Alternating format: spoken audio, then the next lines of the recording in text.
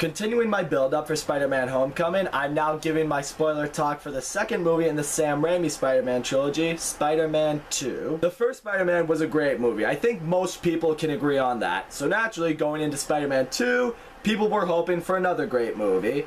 Unfortunately, with sequels, it's usually not the case, because naturally every moviegoer hopes that sequels are going to be just as good, if not better, than their predecessors. In this case though, Spider-Man 2 is one of those rare occurrences where the sequel does what it's supposed to do: improve upon the original. What I immediately love about Spider-Man 2 is it addresses the struggle that Peter Parker is going through right now. Because not only does he have to tackle the life of being Spider-Man, saving New York City, and fighting crime, he has to deal with the struggles of what people of everyday life go through. And not just that, but the struggle of what being a superhero does to his normal life. Because the city constantly needs Spider-Man, because he has to go constantly fight crime, that's interfering with Peter's normal life, you know? He lost one job, he's on the cusp of losing another job, he's failing his classes at college, you know, he's not making money to pay rent, and what I also love seeing is it shows that it has caused a bit of an estranged relationship with the people that he loves in his life. You know, he still can't tell Aunt May that Uncle Ben's death was partly his fault. He can't tell Harry who Spider-Man really is, because after the end of the last movie, Harry is someone who really wants Spider-Man dead. And above all, he can't really have any kind of a friendship with Mary Jane because, you know, he still loves her, will always love her, but he knows as Spider-Man, he can't be with her, otherwise she's always going to be in danger. So I really love that this movie tackled what a lot of superhero movies don't really show, and that is the struggle of what a superhero would have to deal with in their life. Later on, Harry introduces Peter to Dr. Otto Octavius, who is leading this fusion energy project that Oscorp is funding. And what I love seeing with Octavius in the very beginning is he does come off as a very, you know, gentle, kind, very smart man who's there to help Peter. You know, he's giving him these lessons on life, love, and that brilliance is a privilege and you need to use it wisely. The movie knew it didn't need to make him a villain right out the gate. It could make him a likable person in the beginning. It did something similar with Norman Osborn in the last movie. They did it again here, and I'm glad they did. Then comes the day of the big presentation where Octavius is going to show all these members of the board what the project is, which is basically creating this artificial sun to provide fusion power for the whole city. He then has these 4 mechanical arms infused into his spine so he can use them to help control the sun. During the presentation, however, Octavius miscalculates this fusion project and the thing just starts attracting in all the metal that's in this room, endangering everyone's lives. Peter comes back to the presentation, you know, as Spider-Man, you know, he unplugs the machine, which destroys it, but not before it causes a bunch of damage and kills Octavius's wife. It was during this whole thing happened, though, that the little inhibitor chip that was part of these arms that prevented the artificial intelligence of these arms from controlling Octavius got destroyed. So then in the very next scene, when Octavius is in the hospital, the doctors are prepared to surgically remove the arms. Now you realize the arms are alive and they just butcher every single doctor, nurse that's performing the surgery on Octavius. I remember when I was 10 years old watching it for the first time. It was some intense, scary shit just seeing the arms just butcher everyone in the emergency room. It was like some straight out of the horror movie shit. But now it's here. The artificial intelligence in these arms have now influenced Octavius to rebuild the machine, make it bigger and stronger so it can work. So with that, Octavius is now calling himself Dr. Octopus, or Doc Ock for short. And it's at this point you really do see how far he has turned as a character. Now he is a straight up villain. These arms have influenced him to stop at nothing from completing this machine. He's broken into a bank, he's stealing money, he's killing people, he kidnaps Aunt May, tries to kill her, gets into this all-out brawl with Spider-Man. Spider-Man's able to save Aunt May from dying, but it is right here you do feel that now it's a bit more of a personal battle between Doc Ock and Spider-Man. But once again, Peter is still having to deal with the struggles in his normal life, and part of the struggles is now Mary Jane, she essentially doesn't want anything to do with him. You know, she's sick of being disappointed by him and letting her down and just not being a friend to her. And what really sucks for Peter is he has discovered now that Mary Jane has gotten engaged to J. Jonah Jameson's son. But it's around this point Peter starts noticing that his powers aren't really working for him. He can't really shoot webs at will anymore. He can't really climb walls. His vision is even starting to get messed up again. It reaches a point where he starts to realize that maybe the superhero life, it's too much for him. So with that, he decides, you know what? I'm Spider-Man no more.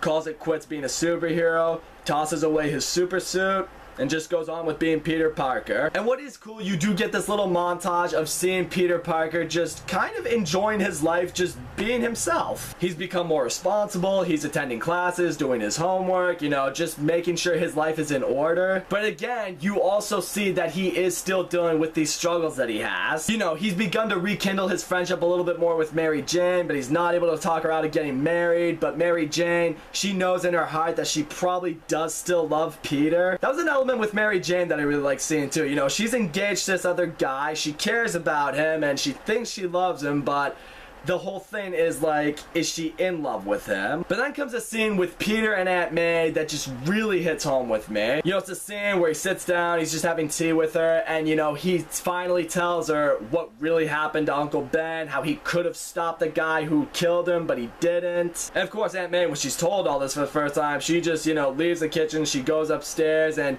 you could tell that was probably a lot for her to take in, and you can't help but feel bad for Peter in seeing that he had to tell her that. But where you also feel for Peter, and I really like that the movie shows this, is you can't help but feel that he does still feel he needs to be Spider-Man. Because now that Spider-Man has disappeared, obviously the crime rate has gone up way higher. You know, he sees moments where the police are, you know, moving to, you know, go to a crime scene. He sees these two guys just mugging this poor kid.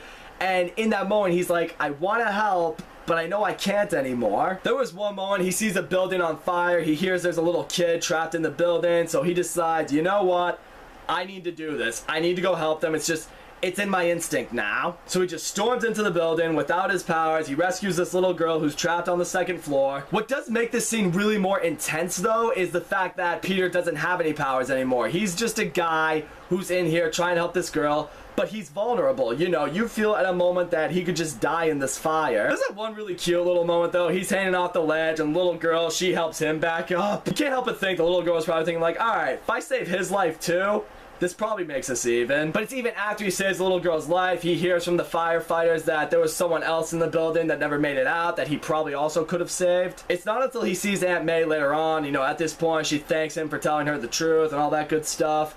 But she tells him how it's all these kids that admire Spider-Man and they need a hero in their life and the city needs a hero. You know, just gives him this really emotional speech that Spider-Man is needed by everybody. And it's right there Peter starts to feel, you know what? Maybe I am meant to be Spider-Man still. And he tries a few test runs to try to get his powers back, like jumping into another building, but goes horribly wrong for him. Just falls like 20 stories, miraculously doesn't die. I don't know, but if I was Peter, I would have tried something a little bit easier. I just would have tried to climb a wall. Just decided to go for all the marbles in that moment. But then it's later on, he sees Mary Jane again. She's now thought about a little bit about the conversation she last had with Peter. But now that Peter knows he's gonna have to be Spider-Man again, he again has to tell her like, yeah, we can't be together. I was wrong about what I said earlier.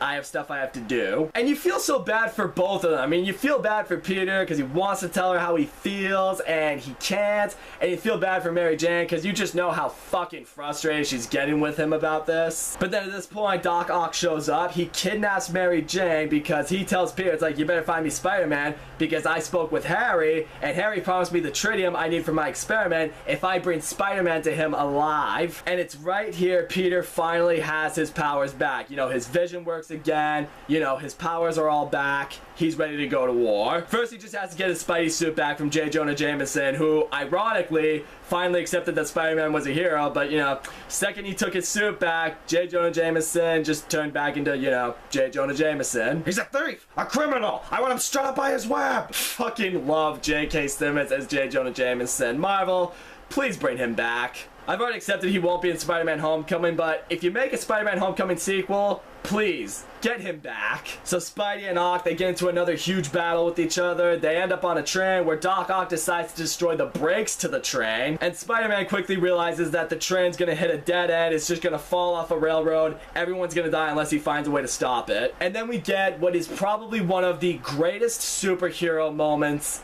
ever. Because right here, you really just see how powerful Spider-Man is. He just starts shooting webs onto all of these different buildings, you know, just holding on to them for dear life with all the strength that he has, and somehow he manages to stop this fucking train. It's at this point though, he's lost his mask, everyone sees him for he is, and they're all just surprised to see that he's just a kid. But at the same time, the citizens are also happy to see that he's back, you know, they welcome him back.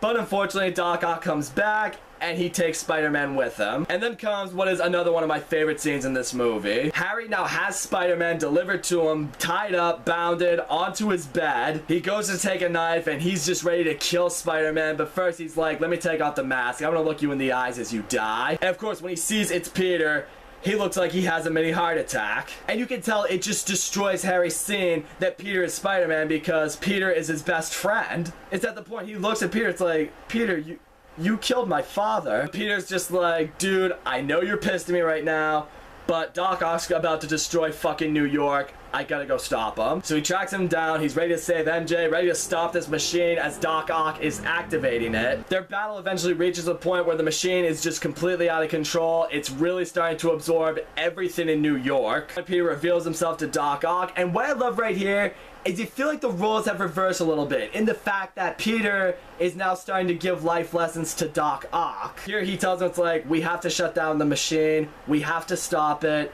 I get that it was your dream, but you once told me that brilliance is a privilege, and sometimes in life, to do what's right, we have to give up the things that are most important to us. It's here Octavius is like, you know what, you're right. You know, he finally gets the arms to listen to him, and he decides, you know what, I'm gonna go drown the machine. Don't stop me, don't help me. Let me do this on my own. I have to do this. This has to end with me. At that moment, he's dragging the machine down into the river. He knows he's gonna die, but I love his final words are, I will not die a monster. So he drowns the machine, you know, sacrifices himself with it, but it's right there you see that Doc Ock has redeemed himself. So it's at this point, MJ now sees that Peter is Spider-Man, and he finally tells her everything, just like, yep, it's true. I love you. I have always loved you. But you know now that we can never be together because I'm always gonna have enemies, and as long as I have enemies, you're gonna be in danger. I can't let you get hurt. Then towards the end of the movie, we get one final scene with Harry. You see him hearing his father's voice, looks in the mirror, sees his father talking to him, and he's telling him, it's like, there you go. Now you know it's Peter. You have to go stop him. You have to avenge me. And of course, Harry knows, like, I can't do it. Peter's my best friend. I'm not going to. Eventually breaks the mirror. Then he walks behind the mirror and he sees this secret lair, if you will, where apparently all the Green Goblin stuff was. He now sees that his father was indeed the Green Goblin. He sees the masks, sees the pumpkin bombs, sees the serum that made his father stronger, sees the glider. I got so excited when I saw that scene as a kid. I'm just like, oh, Harry's gonna be the new Goblin in the next movie. Nice. But then reaches the point with Mary Jane, you know, she decides, you know what, I can't get married. She leaves the altar, goes to Peter's apartment, and she tells him, it's like, I love you too, and you know what, I don't care if you have enemies, I want to face those risks with you.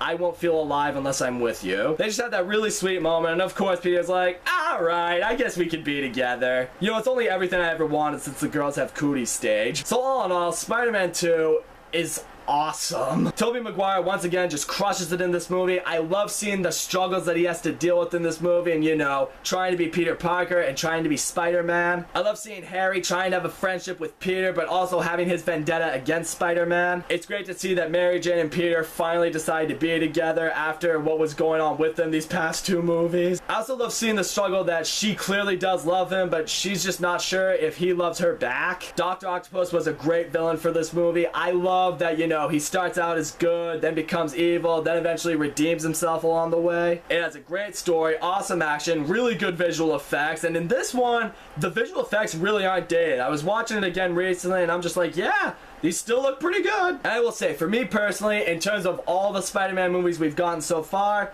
this has to be the best one. But maybe, just maybe, Spider-Man Homecoming can overtake it. I hope it does. Simply because I just want to see Spider-Man Homecoming take the leap that I think it can. So that's all I gotta say, guys. Thank you so much for watching my video. Don't forget to leave a comment, like, subscribe, and I will see you all next time.